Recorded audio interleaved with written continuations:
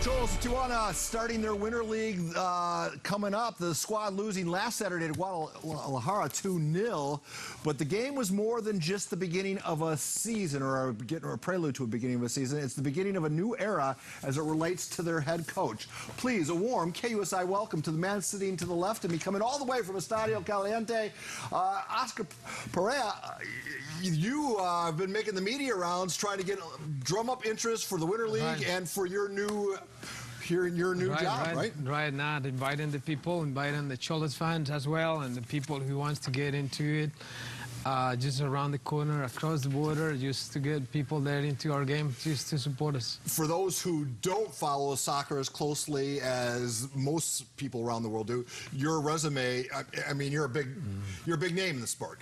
And just look at all the places you've been and your international experience.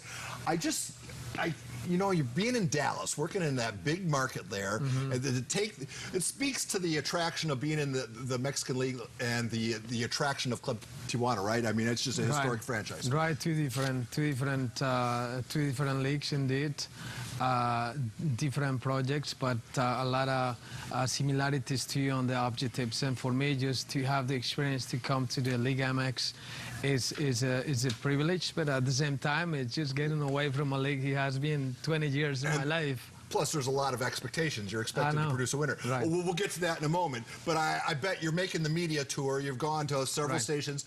How many times have you been asked to compare the league that you're in now with the league you're coming from?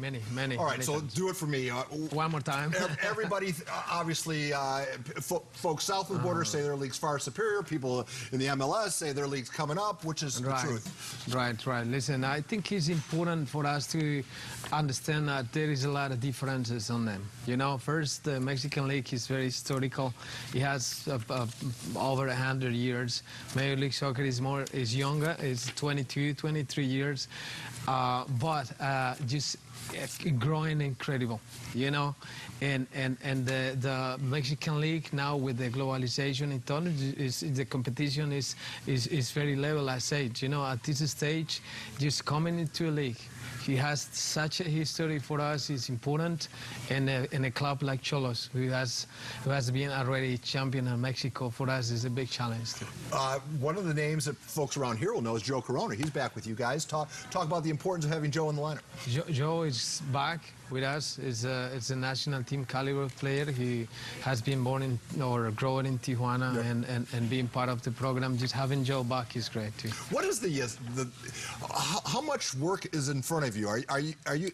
Is the club just require a few tweaks here and there, or is it a major overhaul that you're involved in? I think it's, you know, the dynamic of the club right now is turning the direction on having a project where we can first just give opportunity to the academy player who is very rich, and the second is just to have a program where has similarities that we were doing in Dallas. Yes. You're marketing here in San Diego. You want as many people from San Diego to come see your team play. How tough is that? I mean, it's getting to be a crowded marketplace. There's going to be the Soccers are at home. There's professional lacrosse. There's a lot of competition for the entertainment dollar here. Right. Well, it's how do you stand out? It's across the border. Just coming into our stadium and being a game with the Liga MX, I think is great. Just for the people who live here in San Diego, just going there and support us. I think it's not just easy, but it's going to be fun. The San Diego State athletic director wants to play a football game at your stadium. There's always interest in your club coming north to play at, say, Petco Park. Are those kind of experiences? Do you see those things happening? I do. I think just the communion and a lot of things that have in common, just despite of the border, I think is great. Just taking advantage of that proximity is fantastic. You cannot turn on a TV in America. It's now 24/7. The border crisis is being bombarded into people's living room nonstop. You know that. How is that affecting your ability to market here? Is that make things more difficult for you to attract fans? Yeah, well, the perception is that. But I just came from Dallas, and my first study was how the things in the border with all this crisis that happened. But I have to tell you that nothing happens. You know, I think it's very easy. The access is easy. I see a lot of people every day just going back and forth. So Mark Ziegler sat in that chair from the UT. You know him as preeminent soccer sports writer here in town. He says your experience at your stadium is with that and Aztec basketball, which has slumped off a little bit, but so that makes your sports experience the best experience in Southern California. Right. And with such a caliber rivals too. You know, the best Mexican teams come in, and people have the opportunity to go see them, and the Estadio Caliente is great. You know, it wasn't. I guess you know, it wasn't that long there.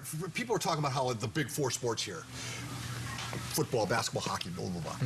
How long before soccer is in that big four conversation? I think it's growing. Is it tremendously. there now? I think it's in their way.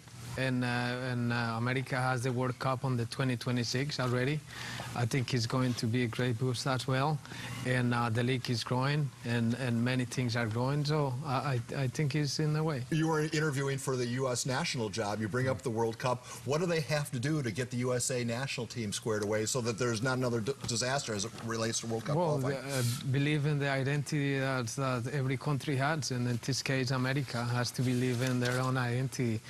They don't need to look like anybody else. They have their product, they have their kids, they have their infrastructure, they have all the talent here, and I think they have all the tools just to make it happen.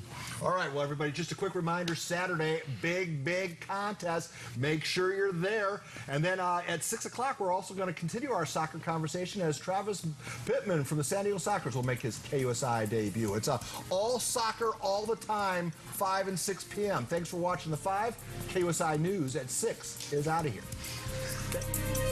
Tomorrow on Good Morning San Diego, baseball season is coming. How you can get in on the fun for the annual Padres